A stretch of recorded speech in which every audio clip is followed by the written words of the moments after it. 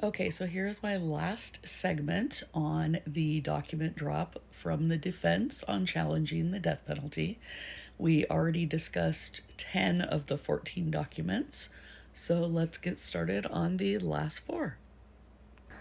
Okay, so motion to strike notice of intent to seek the death penalty, international law. This one's saying that Brian should not get the death penalty because of international treaties that we've signed. So this is an example right here. They're talking about the United Nations General Assembly adopting the Universal Declaration of Human Rights, and then the United States signing the Convention Against Torture and Other Cruel, Inhuman, and Degrading Treatment or Punishment, and then the International Covenant of Economic, Social, and Cultural Rights. And they've included these all in their long exhibit after the filing. So basically what they're saying is that because we signed these treaties, that they are now the law of the land. And I know there is a lot of debate over whether treaties override the United States Constitution. And I have a feeling Judge is just going to look at this and say, yeah, this is Idaho. This isn't international. Sorry, but I'm going to go by Idaho law. So I think this one has absolutely no merit at all. But like we said before, the defense is going to try everything they can because that's their job. That's their job, to throw everything out there and see what will stick. Now, the next one is the motion to strike the state's notice pursuant to IC 184004A on grounds of arbitrariness. Now, I noticed the other day I forgot to actually show what 184004A is in Idaho Code, so I'm going to post it here. So what it is it's just the Idaho Code about the notice of intent to seek death penalty. So you'll see this running through a lot of the documents that we've talked about the last 3 days. And it is up to the prosecutor. That is their prerogative to file notice to seek the death penalty. And you'll see right here, it says a sentence of death shall not be imposed unless the prosecuting attorney filed written notice of intent to seek the death penalty with the court and served the notice upon the defendant or his attorney of record no later than 60 days after entry of a plea. Any notice of intent to seek the death penalty shall include a listing of the statutory aggravating circumstances that the state will rely on in seeking the death penalty. So she's challenging, Jay Logsdon is writing this. They're challenging this one on arbitrariness. So they're going back to this whole notion again that Idaho law is not very narrow on who can get the death penalty. That anybody charged with a capital crime could be eligible for the death penalty. And that because it's up to the prosecutor in the county that it happened in, that it is not uniform and it's not narrow and that it's arbitrary. So they're basically, what Jay Logston's trying to say is this is unfair. This is a violation of constitutional rights because you haven't narrowed down who can get the death penalty. And it goes hand in hand with some of the others that we discussed yesterday and the day before.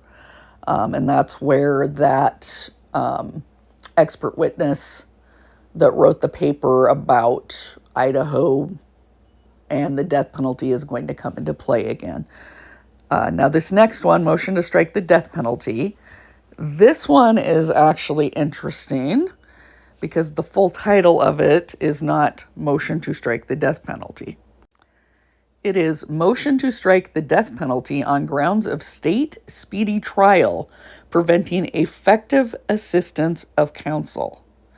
So basically, Jay Logston's argument on this is that because Idaho state law says that a case must go to trial within 6 months of the person being indicted, that therefore, if it's a death penalty case, there is no way for the defense attorney to be effective counsel to be able to handle that case within 6 months.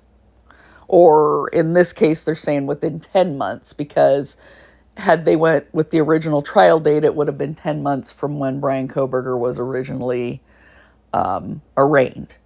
So they're saying that he had to decide between his right to a speedy trial or waiving his right so that he could have competent counsel, so effective counsel. And they're saying he should not have to choose between those two rights, that Idaho is making him choose between the two rights, and therefore that's unconstitutional. Now it's going to be interesting to see what Judge says about this, because there have been plenty of death penalty cases over the years where the person didn't waive their right to speedy trial, and it's felt that their counsel was effective.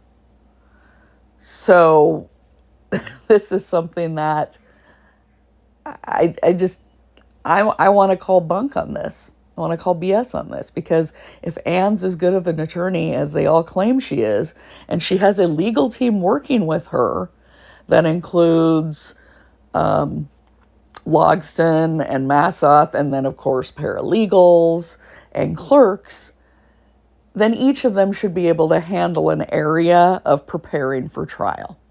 So just because you're having to prepare for the possibility of the death penalty if your client's found guilty doesn't mean you don't have enough time. She had already said she has a mitigation expert working on mitigation. That started clear back months ago. So I just don't think that it changes anything about effectiveness of counsel to go with the speedy trial. And like I say, we'll see what Judge thinks of that. But I think this is just another one of those, it's almost like an excuse. Well, he shouldn't get the death penalty because we just feel like we didn't have time to provide effective counsel. Well, what were you doing during that time? You have how many people working for you? What were your clerks doing? What were your paralegals doing? What was your mitigation expert doing? It shouldn't take that long. We've seen other lawyers be effective counsel before during a speedy trial time frame. And then the last one was motion to strike the utter disregard aggravator. So we knew that they were going to strike down or try to strike down all of the aggravators. Those were the aggravators you can add on that make it eligible for the death penalty. So the burglary charge, the HAC, the heinous, atrocious, and cruel, the multiple murders. So this is another one, and it's utter disregard for human life. And they're basically saying in it that it's really no different than the HAC aggravator. The heinous, atrocious, and cruel aggravator. And they're doing the same thing in this filing that they did in that one. They are trying to water down the murders. And it just made my eyes roll. They are actually trying to say that Brian Kohberger shouldn't get the death penalty because they don't believe these murders showed a disregard for human life. And I just want to say, how dare you say that there was no disregard for human life? Because there was definitely disregard for human life. Stabbing 4 people to death is disregard for human life. So I understand, again, why they're doing this, why they're trying to get the death penalty thrown out. They're fighting for their client. This is effective counsel. They have to go through all this. But it is just, to me, so disrespectful to the victims' memories, the victims' families, to try to claim that these murders weren't violent, that they weren't heinous, that they didn't show disregard for human life. I'm like, if you're trying to get him off, try a different way. Don't try to minimize these murders and make them sound like they weren't what they really were. But that's what that last filing is. It's to get that aggravator struck down. Okay, so those were, again, just summaries in a nutshell. If there's one of those documents you want me to go over more in depth, let me know and I will do an in-depth video. Also, I just wanted to address that since yesterday, Friday, by the time you watch this video, it may be Sunday. So Friday was the deadline for for prosecution to hand over discovery. And a lot of people were saying they expected a whole bunch of documents to be flooded in there from the prosecution. I don't think there will be. I believe the prosecution has turned over everything that they have, that they have in their possession that's legally required to be turned over. If you look at the filing last week, responding to the defendant's 17th motion for discovery, the prosecution makes it very clear that they have responded to all discovery requests. There's a whole list of dates and discovery requests, and they've made it clear that they've either turned it over or responded as to why not.